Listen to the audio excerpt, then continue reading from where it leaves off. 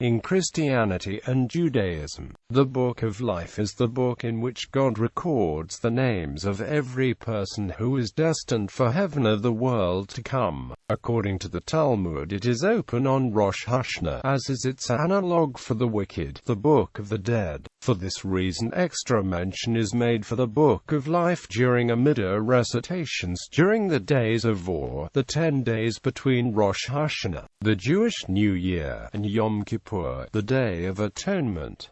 In the Hebrew Bible, the Book of Life, the book, a master roll of God, records forever all people considered righteous before God. God has such a book, and to be blotted out of it signifies death. It is with reference to the Book of Life that the Holy Remnant is spoken of as being written unto life in Jerusalem. Compare also Ezekiel x:4, where one of the 6 heavenly envoys, who had the scribe's inkhorn upon his loins, is told to mark the righteous for life, while the remainder of the inhabitants of Jerusalem are doomed. The psalmist likewise speaks of the Book of Life in which only the names of the righteous are written, and from which the unrighteous are blotted out. Even the tears of men are recorded in this book of God. Every one that shall be found written in the book shall awake to everlasting life. This book is probably identical with the Book of Remembrance, in which are recorded the deeds of those that fear the Lord.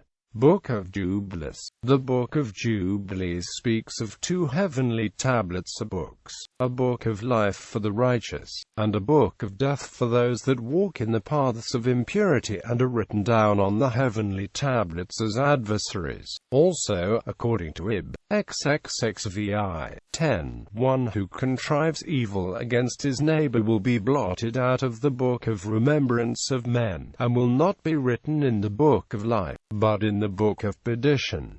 In Dan 7:10 and Enoch XLVII 3, the Ancient of Days is described as seated upon his throne of glory with the book, or the books of life, opened before him. So are, according to Enoch CIV 1, the righteous written before the glory of the Great One, and, according to Enoch CVIII 3, the transgressors blotted out of the book of life and out of the books of the holy ones. To this book of life reference is made also in Hermas, in Rev. E. 5 XIII 8 XVII 8XX 12-15, where 2 books are spoken of as being opened before the throne, the Book of Life, and a Book of Death, in which latter the unrighteous are recorded together with their evil deeds, in order to be cast into the lake of fire. Quote, "It is the Book of Life in which the apostles' names are written in heaven, or the fellow workers of Paul, and the assembly of the firstborn."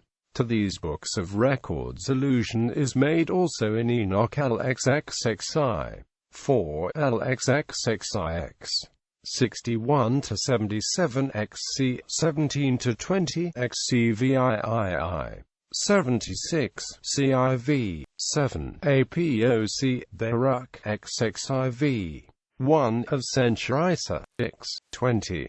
The eschatological or annual roll call. While the prevailing tendency among apocryphal writers of the Hasidian school was to give the Book of Life an eschatological meaning, and to this inclines also Targ, John 2 Isa, IV 3 and Ezek. XIII 9. The Jewish liturgy and the tradition relating to the New Year's and Atonement days adhere to the ancient view which took the Book of Life in its natural meaning, preferring, from a sound practical point of view, this worldliness of Judaism to the heavenliness of the ascends, instead of transferring, as is done in the Book of Enoch, the testament of Abraham, and elsewhere, the great judgment day to the hereafter. The Pharisaic school taught that on the first day of each year God sits in judgment over his creatures and has the books of life together with the books containing the records of the righteous and the wicked, and out of the middle state of the future judgment there arose the idea of a third class of men who are no longer held in suspense, and of a corresponding third book for this all.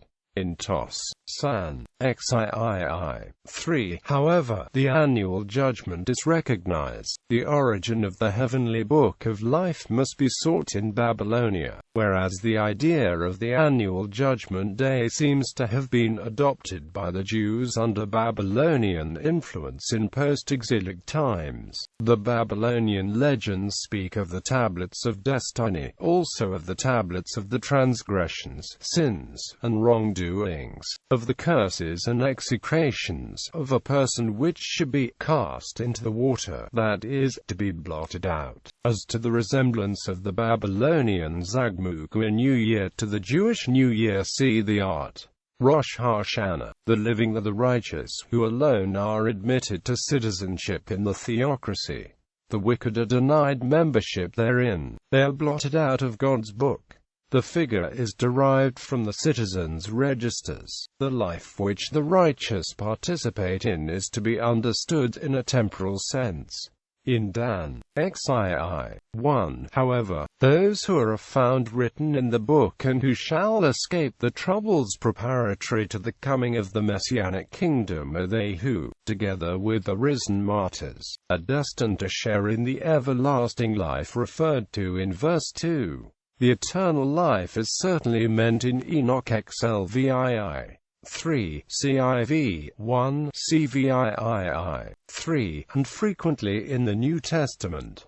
The Targum speaks of the Book of Eternal Life. Temporal life is apparently prayed for in the liturgical formula, Inscribe us in the Book of Life. The Mishnah tells us that the deeds of every human being are recorded in a book. The Sefer Hasidim pointedly adds that God is in no need of a book of records. The Torah speaks the language of man, i.e., figuratively. Fundraising. A book of life motif is frequently found in Jewish houses of worship.